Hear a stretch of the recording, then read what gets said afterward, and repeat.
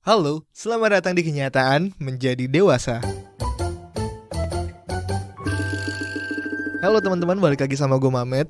Mungkin kali ini gue gak bakal ngobrol sama siapa-siapa, gue ingin cerita. Harusnya atau ya seharusnya sih emang podcast gue ini tayang Senin dan juga Kamis.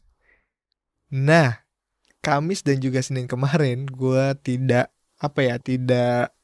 mengupload podcast apapun selain karena emang tabungan gue untuk ngobrol sama orang habis. Dan ada satu hal juga, sebenarnya Kamis gue bisa menaikkan satu episode tentang kejadian atau tentang yang gue rasain sekarang. Ya mungkin udah banyak yang tahu ya bahwa 10 hari belakangan gue terpapar virus COVID-19. Wow gitu ya.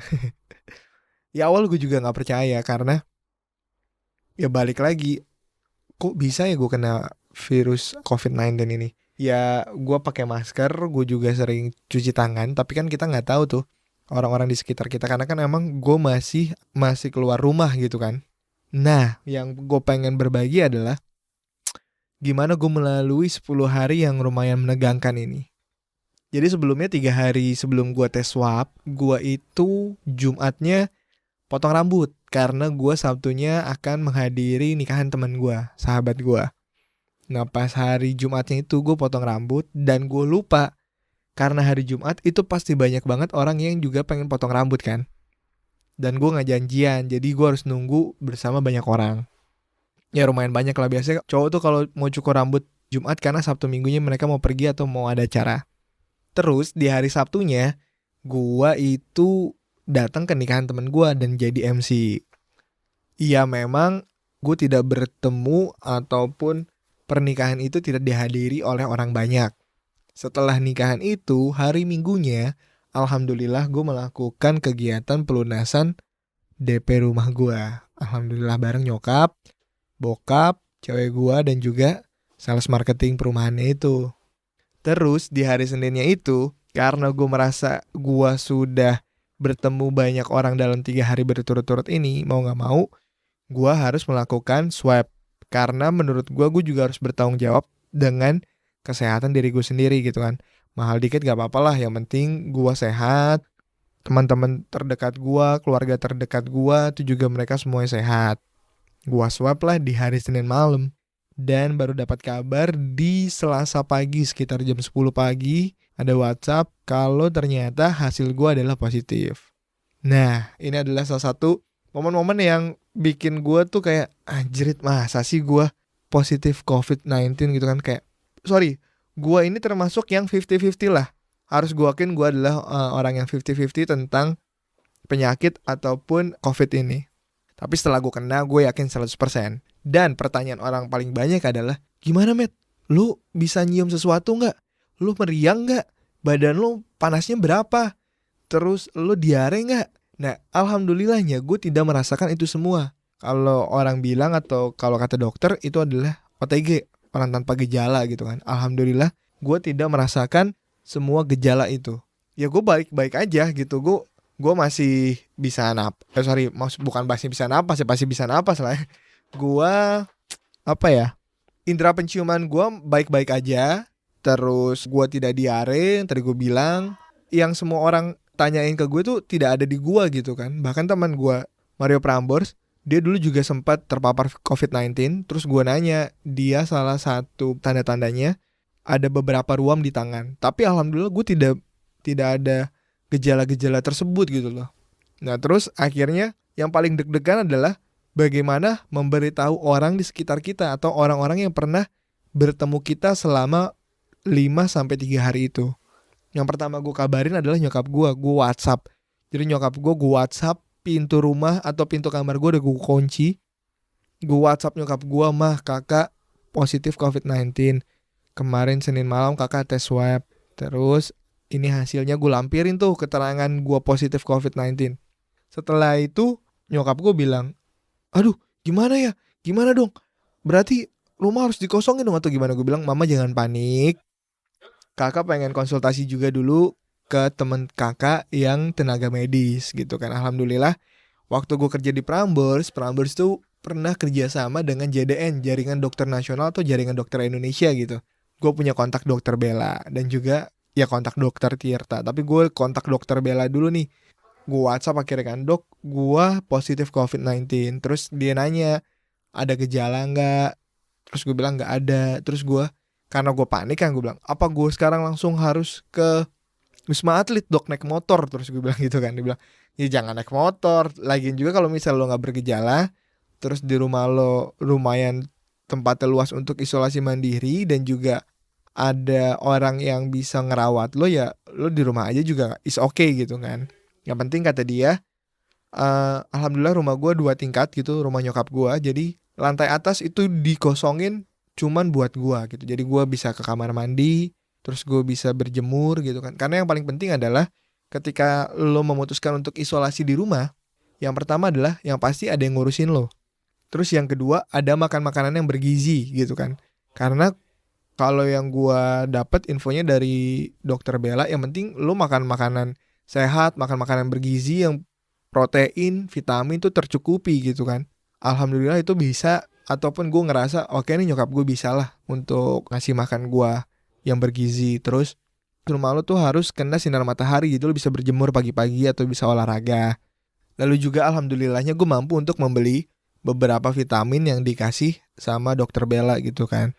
Beberapa vitaminnya itu vitamin D, vitamin B, vitamin C, terus ada betadine untuk kumur dan gargle gitu kan. Terus apa lagi ya yang gue beli? Oh ada tuh gue dapat kiriman dari Kang Omes, terima kasih Kang Omes. Dia ngasih gue kayak obat Cina gitu, katanya ini lu coba minum aja kalau misalnya yang buat penderita COVID, abis makan minum 2 kapsul gitu kan. Tiap hari tuh abis makan gue minum vitamin C 500 mg, vitamin D, terus 2 obat Cina itu, dan 5 hari itu gue tidak merasakan apa-apa. Dan gue tanya dokter Bella, ya lo baru bisa ngeceknya lagi 5 hari berikutnya ketika lo sudah dinyatakan positif.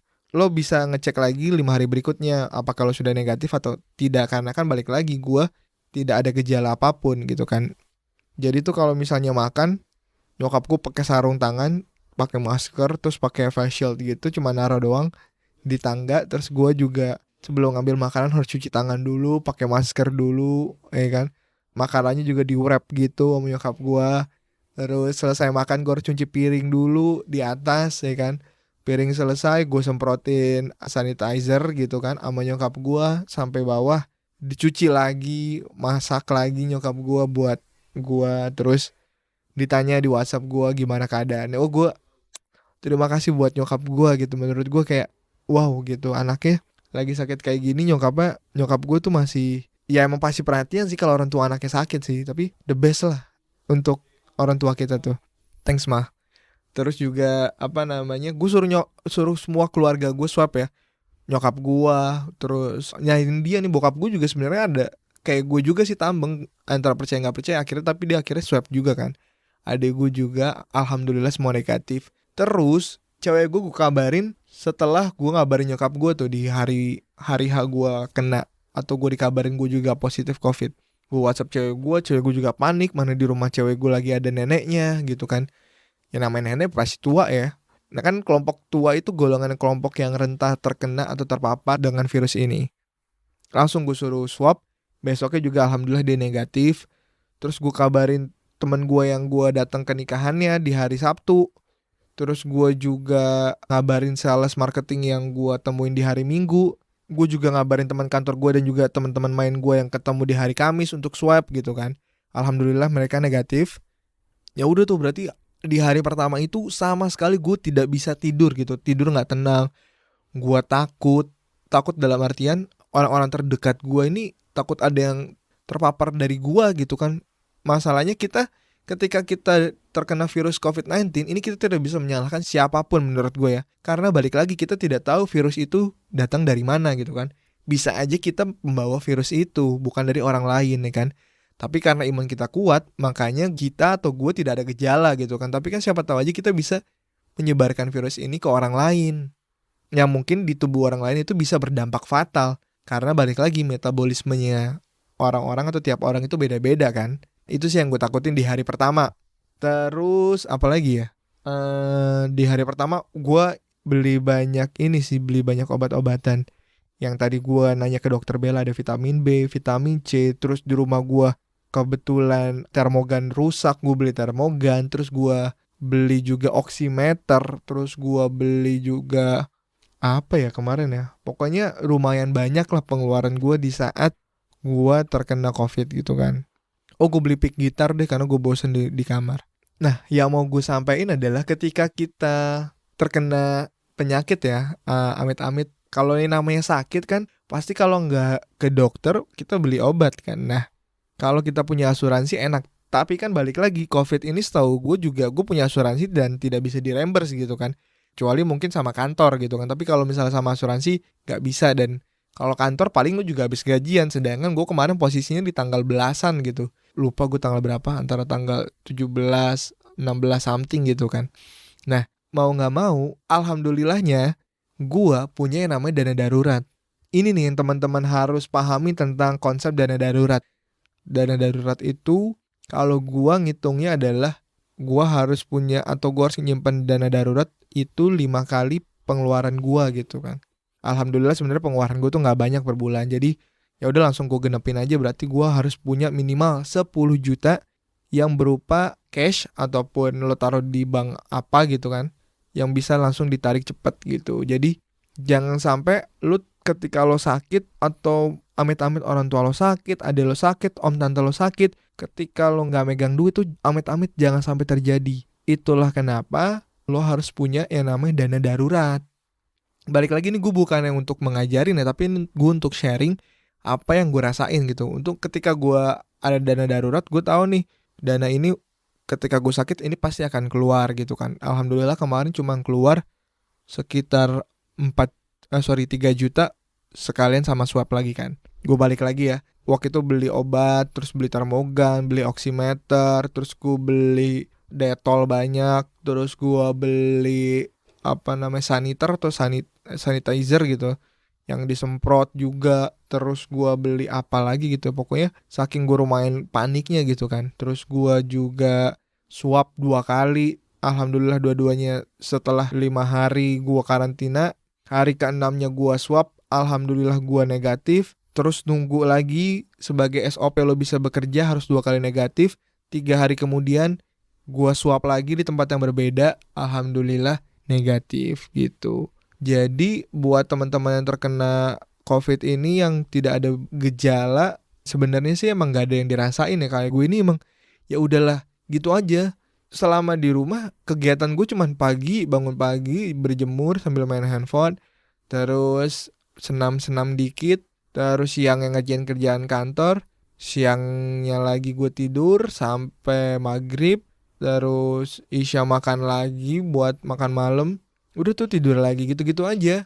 Bosen sebenarnya. Yang paling gua pikir tuh, aduh gue bosan banget nih, tapi gak boleh keluar, cuman boleh ngeliat melongo. Bahkan di rumah pun gue sekarang pakai masker. Waktu itu kayak aduh apa ya, makanya oh iya, kegiatan yang gue pelajarin selama gue di rumah aja atau isolasi mandiri, gue ini nonton YouTube-nya Aderai. Sumpah lo kalau nonton YouTube-nya Aderai itu amat sangat bermanfaat. Terus gue juga langsung belajar financial planner, karena menurut gue ketika gue berkeluarga nanti berapa banyak dana darurat yang harus gue siapin ya. Karena menurut gue nih 10 juta nih bakal kurang nih kalau misalnya tiba-tiba istri gue lahiran atau amit-amit gue kenapa-napa, nih dana darurat harus berapa nih. Gue nonton YouTube-nya Soleh Solihun yang ada Liquina. Cerdas banget sih Mbak Liquina itu menurut gue. Terus gue juga nonton YouTube Raditya Dika tentang saham. Gue ulang berkali-kali, alhamdulillah gue sudah mulai mengerti. Terus pokoknya banyak lah gue nonton YouTube tentang financial planner. Terus alhamdulillah karena gue kemarin baru DP rumah, gue juga jadi nonton pelunasan sebagian rumah gitu kan. Trik-trik untuk KPR cepat selesai gitu-gitulah. Ya apalagi yang gue mau cerita, maaf ya kalau cerita yang ngacak ya. Oh ya, gue pengen cerita yang swab. Swab itu gue kayak udah bisa ini deh, jadi influencer tempat swab deh, atau lab swab deh. Kurang lebih gue udah mencoba 4 tempat swab. Yang pas pertama banget gue melakukan swab itu di GSI Lab. Terus GSI Lab tuh gue 2 kali. Terus pindahlah gue ke Speed Lab. Nah di Speed Lab ini yang gue didiagnosa positif COVID. 5 hari berikutnya gue tes lagi di GSI. Alhamdulillah negatif. Tes yang kedua lagi gue tes lagi di Bumame. Bumame itu di Fairground SCBD. Terus biar gue gak salah lagi, besoknya gue swab lagi di Rumah Sakit Pusat Pertamina gitu. Jadi kurang lebih udah ada 4 tempat swab tes yang udah gue rasain. Dan ya emang harganya udah 900 ribuan buat teman-teman yang pengen swab. Yang H+1 itu semuanya udah 900 ribuan. Nah, yang membedakan hanya ini sih pendaftarannya. Ada yang udah online, ada yang datang baru daftar gitu-gitu sih. Selebihnya semuanya sama. Sakitnya sama, pas di hidungnya dicolok, tenggorokannya dicolok gitu sih. Jadi sebenarnya yang pengen gue sharing banget tentang kejadian gue ini adalah yang pertama, usahakan di rumah lo itu obat-obatan ataupun perangkat kesehatan itu lengkap ya. Kayak misalnya kemarin nggak taunya termogan gue rusak, akhirnya gue beli. Terus ternyata emang udah harus beli oximeter gue gitu kan. Terus obat vitamin C, vitamin D gue ternyata udah habis gitu kan. Madu juga udah tinggal dikit, akhirnya gue beli ya kan. Terus juga sanitizer, gue nggak punya sanitizer yang spray buat ruangan, gue beli. Pokoknya itu. Dan kedua adalah dana darurat. Ini paling penting banget teman-teman. Teman-teman juga harus sadar, harus minimal menyisihkan 10-15% dari gaji lo atau pendapatan lo untuk saving uang lo.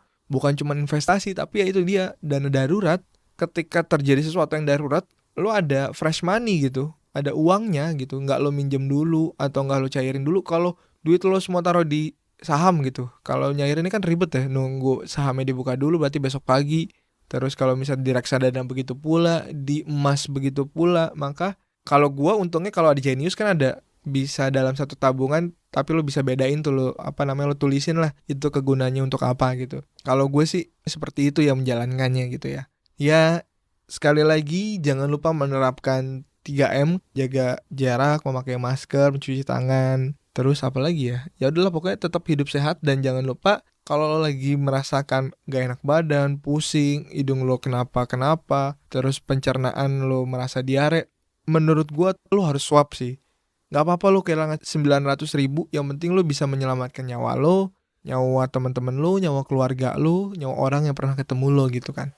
Oke teman-teman, sekian episode kali ini. Sekali lagi semoga teman-teman yang mendengarkan sehat selalu, keluarganya juga, mama papa adiknya sehat selalu, teman-temannya juga sehat selalu. Sampai ketemu di episode selanjutnya. Terima kasih, bye.